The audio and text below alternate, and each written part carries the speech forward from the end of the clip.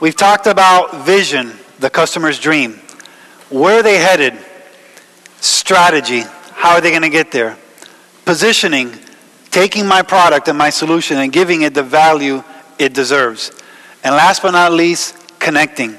How do I integrate myself by connecting with my customer? If we can do those things, then we begin to lay a strong foundation.